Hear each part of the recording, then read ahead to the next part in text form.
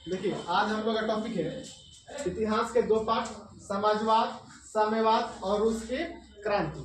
हम लोग पढ़ेगा वो समाजवाद एवं साम्यवाद। देखिए तो 1789 के फ्रांस से क्रांति के बाद फ्रांस में धार्मिक चर्च जो था, चर्च के अधिकार समाप्त हो गया और निरंकुश राजतंत्र समाप्त हो गया और सामंतवादी व्यवस्था समाप्त हो गया।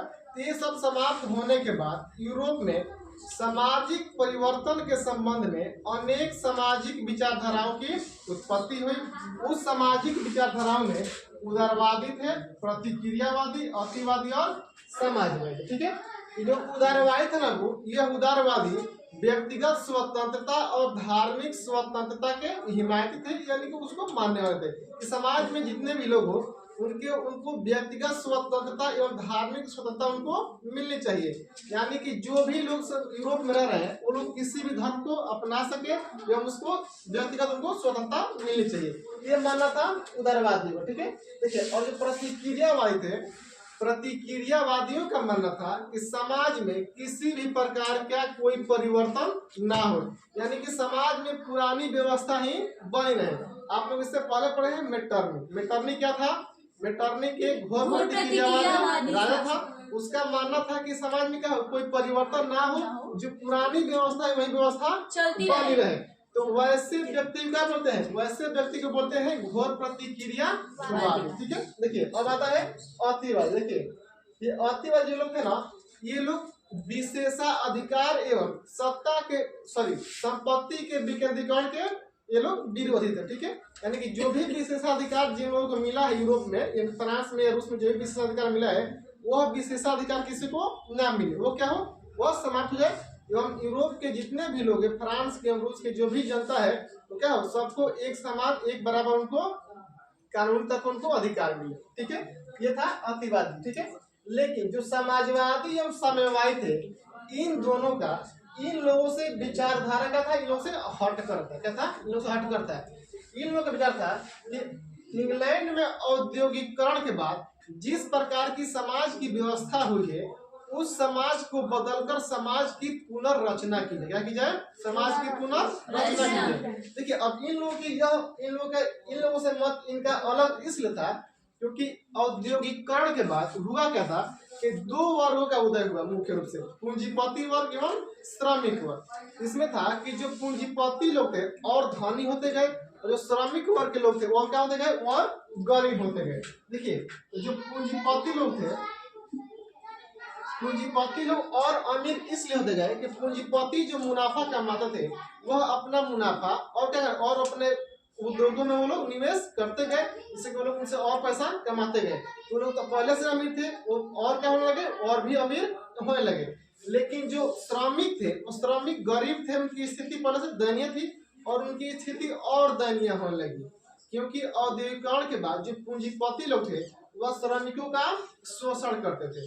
जैसे काम का घंटा था कंपनी में 8 घंटा, उनसे काम 10 घंटा लिया जाता था। उनके जो भी पगार था, जो भी मतलब मजदूरी थी, उनको मजदूरी भी काट दी जाती थी। उनके रहने की व्यवस्था, खाने की व्यवस्था, ये सब कुछ अच्छी तरह से नहीं किया जाता। तो वही समाजवादियों एवं साम्यवादियों का मतलब कहना था कि इस व्यवस्था को बदल दिया जाए और समाज की पुनर्रचना किया जाए। अतः यूरोप में कुछ ऐसे नए चिंतक हुए जिनका मानना था कि समाज में क्या हो, समाज में बदलाव हो। क्या हो? समाज में बदलाव हो। तो उन्हीं लोगों को समाजवादी कहा है। क्या उन्हीं लोगों को समाजवादी है। इन समाजवादियों का मानना था कि देश के जो आर्थिक संसाधन है, देश के आर्थिक संसाधनों पर राज्य का नियंत्रण हो, राज्य यानी कि सरकार का नियंत्रण हो, लेकिन वह निजी लाभ के लिए ना हो। उस आर्थिक संसाधनों पर क्या हो, देश की समस्त जनता का क्या हो, एक समान अधिकार हो। वह किसी निजी व्यक्ति के लिए उस पर किसी कोई अधिकार अपना ना करे। ठीक है, और देखिए और जो समाजवादी समाज था ना, और जो समाजवादी विचारधारा है, इस समाजवादी विचारधारा को मुख्य रूप से दो भागों में बांटा जा सकता है। देखिए पहला है आरंभिक समाजवादी, पहला था आरंभिक समाजवादी, यानी कि कार्ल मार्क्स के पहले के समाजवादी। क्या थे? कार्ल मार्क्स के पहले के समाजवादी क्या कहा गया? आरंभिक समाजवादी। और दूसरा था वो कार्ल मार्क्स के कार्ल मार्क्स के बाद के समाजवाद। देखिए आरंभिक जो समाजवादी थे ना, इन आरंभिक समाजवादियों को स्वप्नदर्शी समाजवादी कहा गया। क्या कहा गया? स्वप्नदर्शी समाजवादी कहा गया। देखिए इन लोगों को स्वप्नदर्शी समाजवादी इसलिए कहा गया क्योंकि जो आरंभिक समाजवादी थे वह समाज के बारे में, समाज में परिवर्तन करने के बारे में इतना सोच रखे थे कि जो कि होना असंभव था। क्या था? जो कि होना असंभव था। और दूसरी बात, ये लोग केवल समाज में परिवर्तन के बारे में सोचते थे, उसके समाज में परिवर्तन के लिए संघर्ष करना नहीं चाहते, इसलिए इन्हें स्वप्नदर्शी समाजवादी कहा गया। मान लीजिए आप लोग पढ़ रहे हैं, आप लोग सपना देखेंगे हम तो जो बोर्ड की परीक्षा है उसमें हम टॉप कर क्या कहते हैं, टॉप कर दें, लेकिन आप लोग मेहनत नहीं कर रहे हैं। क्या कर रहे हैं? मेहनत नहीं कर रहे हैं, तो आप लोग क्या कहा जाएगा? आप लोग सपना देख रहे हैं, तो आप लोग कहा जाएगा स्वप्नदर्शी। क्या जाएगा? स्वप्नदर्शी। वैसे ही ये लोग थे जो समाज में परिवर्तन चाहते थे, लेकिन उसके लिए परिवर्तन के लिए लोग कोई संघर्ष करना नहीं चाहते, इसलिए क्या कहा गया? आरंभिक समाजवादियों को स्वप्नदर्शी समाजवादी कहा गया। ठीक है।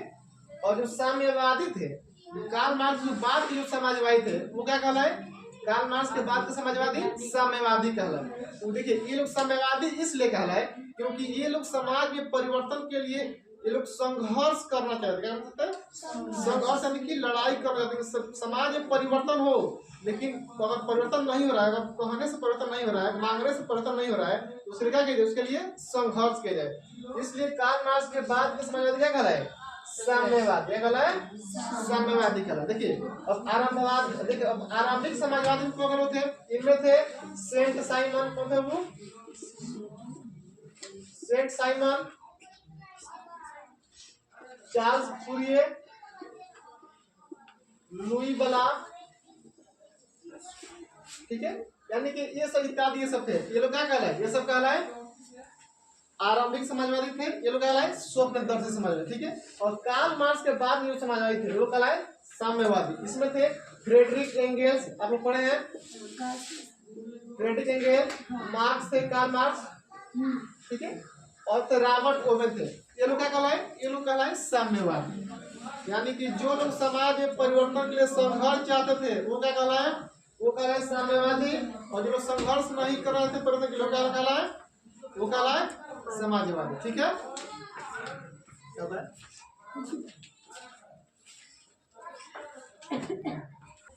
देखिए इसमें सेंट साइमन थे ना, सेंट साइमन का मानना था कि समाज का एक ऐसा पुनर्रचना हो, समाज की दोबारा से ऐसा रचना किया जाए जिससे कि जो श्रमिक वर्ग के लोग हैं उनका शोषण ना हो सके, उनका शोषण ना हो सके। किनका मानना था? यह सेंट साइमन का मानना था जो हम सबका एक साथ एक समान विकास। किसका मानना था? यह सेंट साइमन का मानना। ठीक है। लेकिन जो चार्ल्स फूरिये थे इनका मानना था कि जो श्रमिक वर्ग के लोग हैं वो लोग बड़े बड़े उद्योगों में काम ना करके जो गांव नगर में छोटे छोटे जो उद्योग है वो लोग उसमें काम करें, जिससे कि क्या होगा? जिससे कि उनका पूंजीपति का शोषण नहीं कर पाएंगे, ना ही वो लोग बड़े बड़े उद्योगों में काम करने के लिए जाएंगे और ना ही उद्योगपति का शोषण कर पाएंगे। अतः इन्हें कहना था कि श्रमिक लोग हैं वो बड़े बड़े उद्योगों में काम करने के लिए ना जाए, गाँव में शहरों में जो छोटे छोटे जो उद्योग है वो लोग उसी में काम करें, जिससे कि पूंजीपति उनका क्या नहीं कर पाएंगे? शोषण नहीं कर पाएंगे। ठीक ऐसे ही इन्हीं लोगों में से एक थे रॉबर्ट ओवेन। कौन थे? Robert Owen. ठीक है। और रॉबर्ट ओवेन ने क्या किया कि श्रमिकों का शोषण ना हो, यानी श्रमिकों को शोषण से बचाने के लिए रॉबर्ट ओवेन ने क्या किया कि स्कॉटलैंड के न्यू लुनार्क नामक स्थान पर उन्होंने एक आदर्श कारखाना खोला। क्या खोला? आदर्श कारखाना खोला। कौन खोले? आदर्श कारखाना मतलब एक खोले रॉबर्ट ओवेन। ठीक है। इन्होंने एक आदर्श कारखाना खोला ताकि श्रमिकों का शोषण ना किया जाए। ठीक है। और इन्होंने आदर्श कारखाना कहाँ खोला था? स्कॉटलैंड के न्यू लुनार्क नामक स्थान पर इन्होंने वो खोला था। और उस कारखाना में इन्होंने श्रमिकों के लिए अच्छा भोजन, रहने की अच्छी व्यवस्था, अच्छा कपड़ा एवं उचित मजदूरी की उन्होंने व्यवस्था किया था, जिससे कि श्रमिकों का शोषण ना हो पाए। ठीक है वो देखिए। और इन रॉबर्ट ओवेन को इंग्लैंड में समाजवाद का प्रवर्तक माना जाता है। क्या माना जाता है? इंग्लैंड में समाजवाद का प्रवर्तक किसे माना जाता है? रॉबर्ट ओवेन को माना जाता है। अब इन्हें इंग्लैंड में समाजवाद का प्रवर्तक क्यों माना जाता है? क्योंकि इन्होंने श्रमिकों के शोषण ना हो इसके लिए इन्होंने एक आदर्श कारखाना को स्थापना किया था, इसलिए इन्हें इंग्लैंड में समाजवाद का प्रवर्तक माना जाता है। अब देखिए पूछता है कि इंग्लैंड में समाजवाद का प्रवर्तक किसे माना जाता है? Robert Owen. समझ गया? तुम्हारी बाजी हो जाए ऊपर से। देखिए समाजवाद और क्या थे? दोनों के समाजवाद और समाज का एक विचारधारा है। क्या है? विचारधारा है। इस विचारधारा के मानने वाले जो लोग थे चाहते थे कि समाज में क्या हो? बदलाव। क्या हो? बदलाव हो। तो समाज में जो बदलाव चाहते तो क्या करें? वो लोग कहलाए समाजवादी। समाजवादी। ठीक है। और वो भी साम्यवादी करे, लेकिन दोनों में अंतर इतना था कि समाजवादी लोग थे वह परिवर्तन के लिए संघर्ष करना नहीं चाहते थे और साम्यवादी लोग परिवर्तन के लिए संघर्ष करना चाहते थे। इसलिए समाज में जो आरंभिक समाजवादी का कहलाए वो कहलाए वो स्वप्नदर्शी कहलाए, और जो संघर्ष करना चाहते वो क्या कहलाए? साम्यवादी कहलाए। इसको वैसे बोल सकते हैं कि कार्ल मार्क्स के बाद जो समाजवादी थे वो क्या कहलाए? साम्यवादी। ठीक है। अतः यूरोप में सामाजिक परिवर्तन के लिए वहां पर विभिन्न प्रकार के विचारधाराओं की उत्पत्ति हुई। पहले क्या था? उदारवादी, प्रतिक्रियावादी, अतिवादी और समाजवादी और साम्यवादी। उदारवादी का थे बाबू? उदारवादी थे व्यक्तिगत स्वतंत्रता को मानने वाले एवं धार्मिक स्वतंत्रता को मानने वाले थे। प्रतिक्रियावादी ये लोग थे पुरातन व्यवस्था को मानने वाले थे। इनका कहना था कि पुरातन व्यवस्था ही बनी रहे, समाज में कोई परिवर्तन ना हो। और जो अतिवादी थे ये लोग विशेषाधिकार के क्या थे? विरोधी थे। समाज में जिनको विशेषाधिकार दिया गया सरकार द्वारा जिसको समाप्त किया जाए। लेकिन इन दोनों का था समाजवादी और समाजवादी, इन दोनों का विचारधारा इन तीनों से क्या था? अलग था। अलग था। इनका मानना था कि समाज का पुनर्रचना यानी कि समाज के दोबारा से बनाया जाए, अच्छी तरह से बनाया जाए, क्योंकि औद्योगिकरण के बाद समाज में श्रमिकों का शोषण किया जाता था। किनके द्वारा? पूंजीपतियों के द्वारा शोषण किया था। इसलिए इन लोगों ने सोचा कि समाज के दोबारा से रचना किया जाए। ठीक है।